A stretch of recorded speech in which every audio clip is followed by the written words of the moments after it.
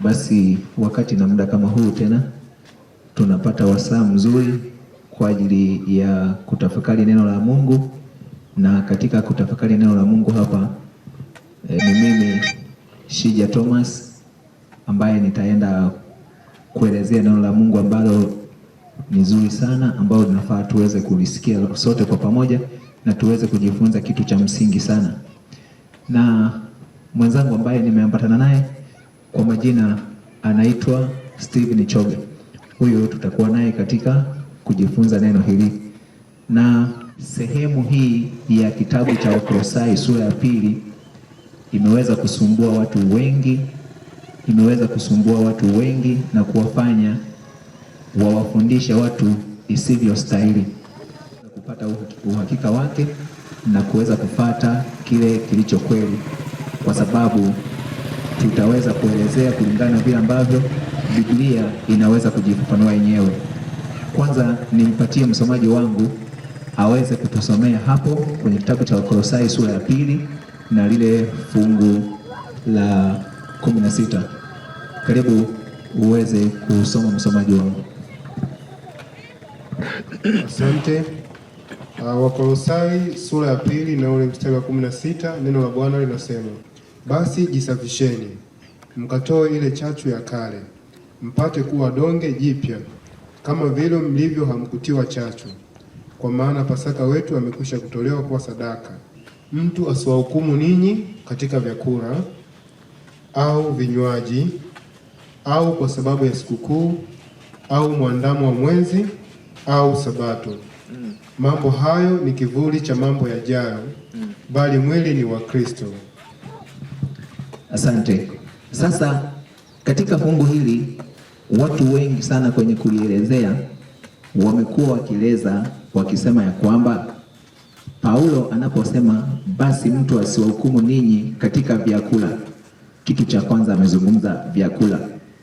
Watu wengi wamekuwa wakisema ya kwamba kwa sasa katika wakati tulionao wa Agano Jipya, basi tunaruhusiwa kula vyakula vyote, yaani kwa maana ya wanyama wote, bila kujali huyu ni najisi au huyu ni safi.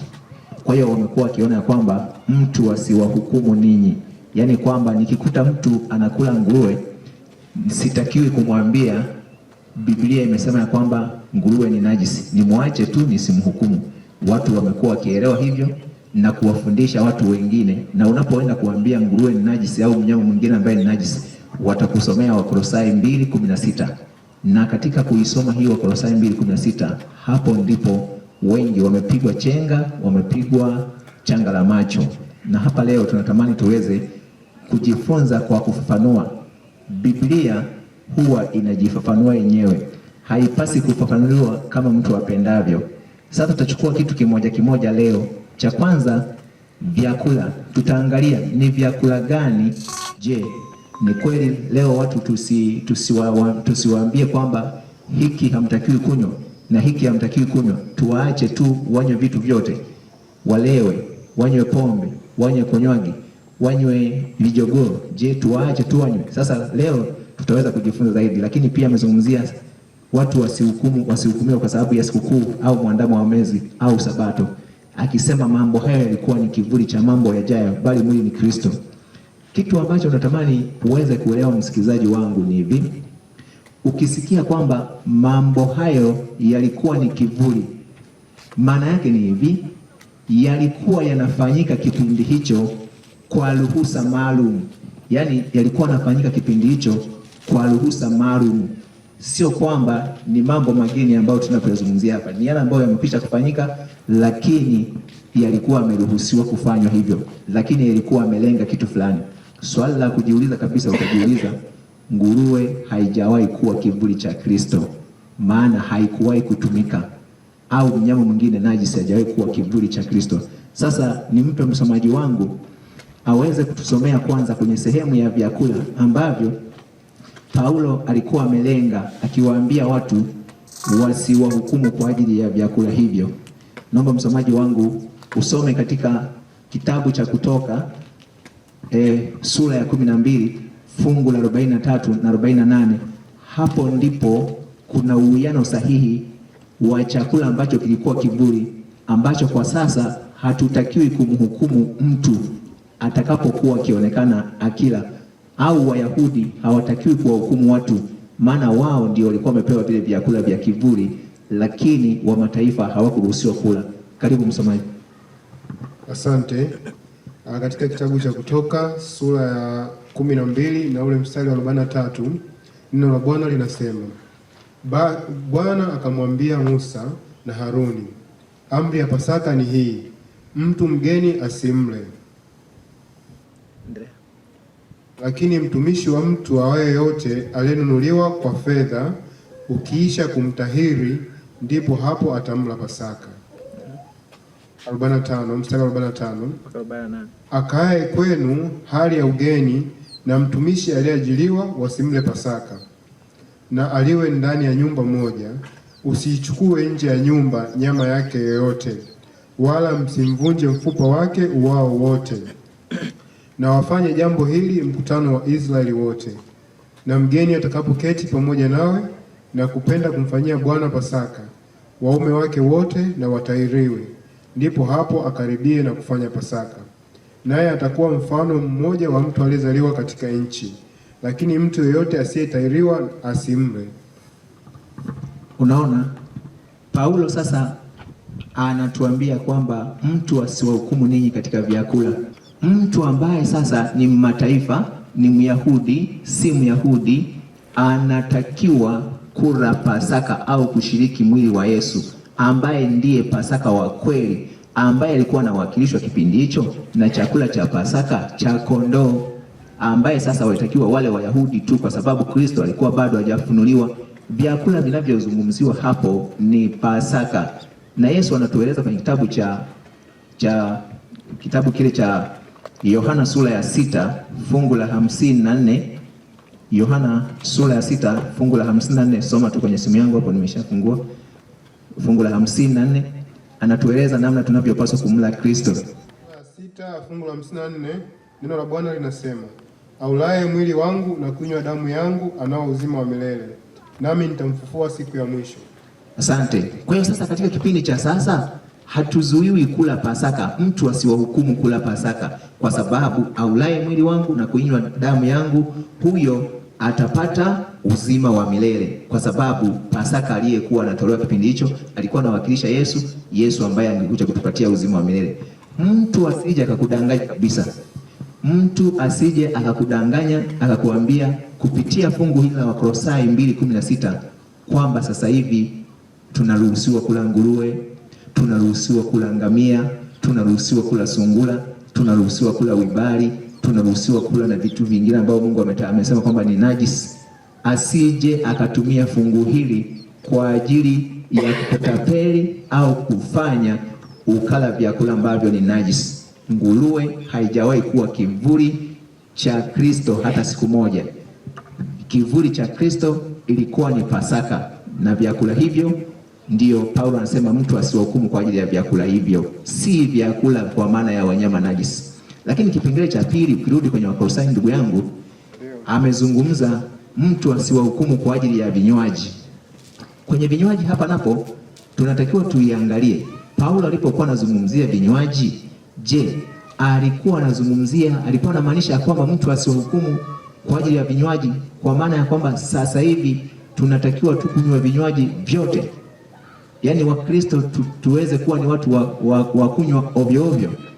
Je, tuwe watu wa kwenda kulewa na kulala kwenye mitaro kwa sababu mtu asiwahukumu kwa ajili ya vinywaji? Hapana. Kile Paulo alikuwa anazungumzia ni vile vinywaji ambavyo vilikuwa vinatolewa kama sadaka katika kipindi hicho, vikiwakilisha damu ya Yesu ambayo ingekuja kumwagika msalabani.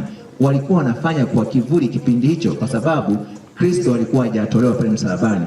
Kwa hiyo mtu asije kudanganya kwamba sasa hivi tunaruhusiwa sasa, mtu asiwahukumu kwa ajili ya vinywaji, uanze kunywa kijogoo, ulewe, uanze kunywa ulanzi, uanze kunywa bia, uanze kunywa sijui nini, konyagi.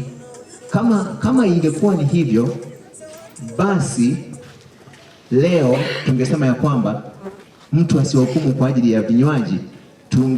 Tungeona basi makanisani humo wanaotumia fungu hili kwa ajili ya kuhalalisha vitu ambao Biblia haijahalalisha, wangekuwa wanapeleka bia kanisani, wangekuwa wanapeleka konyagi kanisani, kwa sababu si wamesema mtu asiwahukumu. Kwa hiyo unatakiwa ujue muktadha, vinywaji gani vinazungumziwa.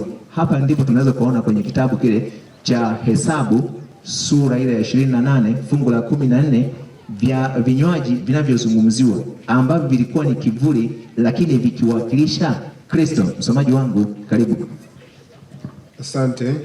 Neno la Bwana katika kitabu cha Hesabu sura 28 na ule mstari wa 14. Neno la Bwana linasema, tena sadaka zake za vinywaji zitakuwa nusu ya hini ya divai kwa ng'ombe, na sehemu ya 3 ya hini kwa kondoo mume, na robo ya hini kwa mwana kondoo. Hii ndiyo sadaka ya kuteketezwa ya kila mwezi katika miezi yote ya mwaka. Asante. Kwa hiyo hapo tumeweza kuona sasa ya kwamba kulikuwa na sadaka ya vinywaji iliyokuwa inatolewa wakati wanapokuwa wanatoa zile sadaka za wanyama. Sadaka ya ng'ombe, sadaka ya kondoo iliambatanishwa na kuweka sadaka ya vinywaji.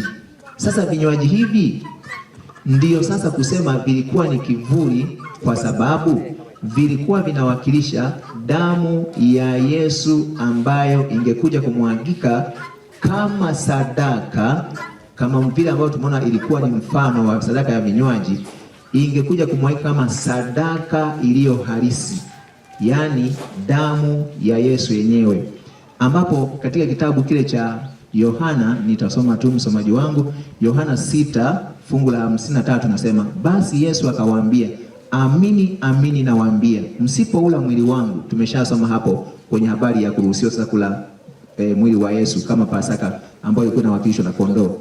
Msipoula mwili wake mwana wa Adamu na kuinywa damu yake. Sasa kuinywa damu yake ndiyo sadaka sasa ya kinywaji ambayo tunaizungumzia. Mtu asiwahukumu kwa ajili ya vinywaji. Kwa hiyo asije akakuhukumu mtu kwamba kwa nini tena hautoi vinywaji kwenye sadaka zako, vile ambavyo tunaweza kuona kwamba bia na vitu vingine havijawahi kuwa kivuli cha mambo ya Kristo, lakini sadaka ya vinywaji ambayo inawakilisha damu ya Yesu, hiyo ndio kusema ilikuwa ni kivuli. Lakini kitu kingine amesema msomaji wangu, amesema au kwa sababu ya sikukuu mtu asiwahukumu kwa sababu ya sikukuu. Kwa nini mtu asiwahukumu kwa sababu ya sikukuu? Kwa sababu zipo sikukuu ambazo zilikuwa zinafanyika kwenye ibada ya Kiyahudi zilizokuwa zinamaanisha kwamba zililenga mambo ya baadaye, lakini zingefikia katika wakati ambapo zitimizwe katika Kristo. Ndio maana kusema zilikuwa kivuli. Ndio maana ukisoma kitabu cha Walawi sura ile ya 23 fungu la 4 anaposema mtu asiwahukumu kwa sababu ya sikukuu, hapo ndipo atakueleza sikukuu za Bwana zilikuwa ni zipi. Karibu msomaji wangu uweze kusoma hapo. Sura 23 na ile fungu la 4, neno la Bwana linasema Mambo ya Walawi sura 23 na ile fungu la 4, neno la Bwana linasema sikukuu za Bwana ni hizi, ni makusanyiko matakatifu ambayo mtayapigia mbiu kwa nyakati zake. Mwezi wa kwanza siku ya 14 ya mwezi wa wakati wa jioni ni Pasaka ya Bwana, na siku ya 15 ya mwezi ule ule ni sikukuu kwa Bwana ya mkate usiotiwa chachu. Asante. Sasa tumeona sasa mtu asiwahukumu kwa ajili ya sikukuu. Tumeona sikukuu ya Pasaka ambapo hutakiwi kumhukumu mtu kwa sababu ya Pasaka, yaani Pasaka ile ya kondoo wa kuwatoa Waisraeli Misri. Hutakiwi kumhukumu mtu kwa sababu ya sikukuu ya mikate isiyotiwa chachu, maana mikate isiyotiwa chachu ni mwili wa Yesu Kristo ambao hauna wa kutiwa chachu. Ni kumaanisha kwamba mkate ulioharibiwa kwa kuwekewa amila kuumua. Lakini tunapozungumzia damu ya Yesu au mwili wa Yesu hauna wa, ndio maana hawakutia chachu. Kwa hiyo kwa sasa hizo sikukuu sasa za Bwana hatutakiwi tena kuzifanya hizo, kwa sababu tumekwisha kumpata Pasaka wetu ambaye ni Kristo. Tumekwisha kumpata yeye aliye mkate, chakula cha kilichoshuka kutoka mbinguni ambaye ni Yesu hajatiwa chachu, ndio maana sitakiwi kumhukumu mtu. Kwa hiyo watu tunatakiwa tuweze kuelewa ya kwamba mambo haya yanapozungumzwa, Biblia huwa inajitafsiri yenyewe. Yapo mambo nyuma yalikuwa yanafanyika kweli, lakini sasa kwa sababu yamefika katika utimilizo wake, ndio maana kusema ya kwamba hatupaswi kuyafanya tena sasa hivi. Na anasema ya kwamba yalikuwa yanafanyika jioni mwezi unapokuwa yani jioni mwezi unapokuwa unaanza, mwezi fulani wameutaja hapa, mwezi wa 14, siku ya 14 ya mwezi, wakati wa jioni, ndio kusema muandamo wa mwezi ulipokuwa unaandama, siku hizo zimekaribia, watu walikuwa wanafanya hivyo. Kwa hiyo hutakiwi kumhukumu mtu ukiwa ni Myahudi au ukiwa ni wa dini yoyote kwa ajili ya sikukuu hizo za Bwana, maana zimekwisha kutimizwa. Kwa hiyo tunaweza kuona namna jinsi ambavyo Biblia inaweza kujitafsiri yenyewe. Lakini jambo lililo la muhimu kabisa lingine ambalo limetafsiriwa vibaya na wafasiri wengi wa Biblia ni hapo anaposema au Sabato. Jamani, Bwana Yesu asifiwe sana. Au Sabato, mtu asiwahukumu kwa sababu ya Sabato. Sasa kile cha Wakolosai tunalozungumzia sura ya 2, Wakolosai sura ya 2 fungu lile la 16, anapokuja kwenye Sabato anasema hivi: let no man therefore judge you in meat, ambayo ni chakula, or in drink, ambayo ni kinywaji, or in respect of an holiday, au katika sikukuu au siku takatifu, or of the new moon, au katika mwezi mpya, or of the Sabbath days. Sasa sikia neno linalosemwa Sabbath days. Sabbath days. Tukisema day, hiyo inamaanisha siku ya Sabato, lakini ukisema Sabbath days ni kusema siku za Sabato. Kwa hiyo kuna tofauti kati ya siku za Sabato na siku ya Sabato inayotajwa ile ya wiki. Kwa hiyo hapo Paulo hazungumzii siku ya Sabato ya wiki, ila anazungumzia siku za Sabato ambazo zilikuwa zinafanyika hata bila kuzingatia kwamba ni siku ya Sabato kama Jumamosi.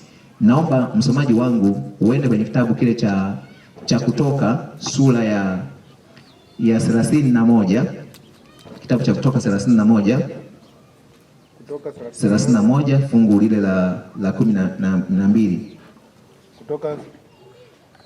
Kutoka sura 31 na fungu la 12. Ndio. Neno la Bwana linasema, Bwana akasema na Musa na kumwambia, kisha nena wewe na wana wa Israeli na kuambia, kwa kuwa ni ishara kati ya mimi na nyinyi katika vizazi vyenu vyote, ili mpate kujua ya kuwa mimi ndimi Bwana niwatakasaye nyinyi. Hapo msomaji amesema Sabato, soma tu mwenyewe. Amesema Sabato, Sabato zangu. Amerudia tena, amesema Sabato, mtazishika Sabato zangu. Akisema zangu ni nyingi, ni moja. Sabato zangu ni nyingi. Kwa hiyo tunatakiwa tutofautishe kati ya Sabato zangu, lakini fungu la 14 hapo anasema mtaishika na hiyo Sabato. Katika fungu la 14 neno la Bwana linasema, basi mtaishika na hiyo Sabato, kwa kuwa ni utakatifu kwenu. Kila mtu atakayetia unajisi hakika yake atauawa. Asante msomaji wangu kwa kusoma vizuri kabisa. Kwa hiyo hapa Paulo anasema Sabbath days, ndio kusema Sabato zangu au siku za Sabato. Lakini Bwana ana siku zake za Sabato, lakini ana hiyo siku ya Sabato ambayo ni ya wiki. Sasa tutamani tuweze kuzungumzia hapa, tuweze kuangalia hivi siku za Sabato ambazo Paulo anasema ya kwamba mtu asiwahukumu ni zile ambazo zilikuwa hazihusiani na Sabato ya wiki. Hizo kwa kweli mtu asije akakuhukumu, na zilikuwa zina maana yake katika matukio ya kukamilisha ibada ya Kiyahudi. Naomba msomaji wangu uende moja kwa moja kwenye kitabu kile cha Mambo ya Walawi sura ile ya 23 fungu la 6 na la 8. Hapo tuanze kuziangalia zile Sabato zake, sio ile Sabato yake ya wiki. Hapa tunaangalia zile ambazo mtu asihukumu kwa ajili ya siku za Sabato. Mambo ya Walawi 23:6-8. 23. Mambo ya Walawi sura 23 mstari wa 6 hadi 8. Neno la Bwana linasema, Na siku ya 15 ya mwezi ule ni sikukuu kwa Bwana ya mkate usiotiwa chachu. Mtaila mikate isiyochachwa muda wa siku 7. Siku ya kwanza mtakuwa na kusanyiko takatifu. Msifanye kazi yoyote ya utumishi. Lakini mstari wa 8, lakini mtasongeza sadaka kwa Bwana kwa njia ya moto siku ya 7. Siku 7 mtasongeza sadaka kwa Bwana kwa njia ya moto siku 7. Siku ya 7 ni kusanyiko takatifu. Msifanye kazi yoyote ya utumishi. Shia tu hapo. Kwa hiyo sasa unaweza ukaona namna jinsi ambavyo Biblia inavyoeleza kwenye kitabu cha mambo ya Walawi, ikielezea kwamba walikuwa wanapaswa waile mikate isiyotiwa chachu kwa muda wa siku 7, lakini ilitakiwa ianze tarehe 15 ya mwezi. Sasa hiyo tarehe 15 ya mwezi haikuwa lazima iwe kuanzia siku ya Jumapili au kuanzia siku yoyote, ila ilianza, ila cha msingi ulikuwa unatakiwa uzingatie tarehe. Lakini mtakapoanza hivyo, mlitakiwa kufanya kwa muda wa siku 7, hata kama iangukie Jumatatu. Sasa hiyo siku iliitwa Sabato kwa sababu ilitimia muda wa siku 7, lakini haikuwa na maana ya Sabato ile ya wiki. Hizo ndizo Sabato ambazo mtu hatakiwi kuwa hukumu za mikate isiyotiwa chachu, kwa sababu zimetimizwa kwa ajili ya Pasaka wetu ambaye Yesu Kristo amekwisha kutoa kafara. Lakini Sabato nyingine ambayo mtu hatakiwi kuhukumu kuifanya ni Sabato ya upatanisho inayoitwa Yom Kippur katika Kiebrania, ambayo inapatikana kwenye mambo ya Walawi 23:27. Msomaji wangu 23:27 hadi 32. 23 mambo ya Walawi sura 23 mstari wa 27 hadi 32. Neno la Bwana linasema, lakini siku ya 10 ya mwezi huo wa 7 ni siku ya upatanisho, itakuwa kusanyiko takatifu kwenu. Nanyi mtazitesa nafsi zenu, nanyi mtasongeza sadaka kwa Bwana kwa njia ya moto. Nanyi msifanye kazi yoyote siku hiyo, kwa kuwa ni siku ya upatanisho, ili kufanya upatanisho kwa ajili yenu mbele za Bwana Mungu wenu. Kwa kuwa mtu awaye yote asiyejitesa mwenyewe siku hiyo hiyo atakatiliwa mbali na watu wake. Na mtu yeyote afanyaye kazi ya namna yoyote siku hiyo, mtu huyo nitamwangamiza atoke katika watu wake. Msifanye kazi ya namna yoyote, ni amri ya milele katika vizazi vyenu vyote, katika makao yenu yote. Itakuwa kwenu Sabato ya kustarehe kabisa, nanyi mtazitesa nafsi zenu siku ya 9 mwezi wakati wa jioni, tangu jioni hata jioni mtaishika hiyo Sabato yenu. Asante. Sabato iliyokuwa inaambatana na siku ya upatanisho. Kwa sababu gani hatutakiwi kumhukumu mtu? Kwa sababu tayari kwenye kitabu cha Waibrania, msomaji wangu nenda Waibrania sura ya 9. Waibrania sura ya 9 na ule mstari wa 11. Neno la Bwana linasema, lakini Kristo akiisha kuja, aliye kuhani mkuu wa mambo mema yatakayokuwapo, kwa hema iliyo kubwa na kamilifu zaidi, isiyofanyika kwa mikono, maana yake isiyo ya ulimwengu huu, wala si kwa damu ya mbuzi na ndama, bali kwa damu yake mwenyewe aliingia mara moja tu patakatifu, akiisha kupata ukombozi wa milele. Kwa maana ikiwa damu ya mbuzi na mafahali na majivu ya ndama ya ng'ombe walionyunyuziwa wenye uchafu hutakasa hata kuusafisha mwili, basi si zaidi ya damu ya Kristo, ambaye kwamba kwa Roho wa milele alijitoa nafsi kwa Mungu kuwa sadaka isiyo na mawaa. Sasa ilikuwa inafanywa na kuhani, lakini Biblia inatuambia lakini Kristo akiisha kuja, aliye kuhani wa mambo mema, hatafanya tena kwa damu ya mbuzi wala kwa damu ya wanyama, lakini atafanya kwa damu yake mwenyewe. Kwa hiyo hizo ni miongoni mwa siku za Sabato ambazo zimeweza kutajwa kama sehemu ya kivuli, yani ambao alikuwa analenga Yesu akija anatimizwa. Lakini mengine sisi hatutasoma hapa. Naomba nikusomee tu msomaji wangu utakaposikiliza siku nyingine ambayo ilikuwa ni siku ya Sabato ambayo haiendani na wiki ya juma, kwa maana ya siku ya juma. Ilikuwa ni Sabato, ilikuwa na siku inaitwa Sabato ya Pentekoste ya kuzipika tarumbeta.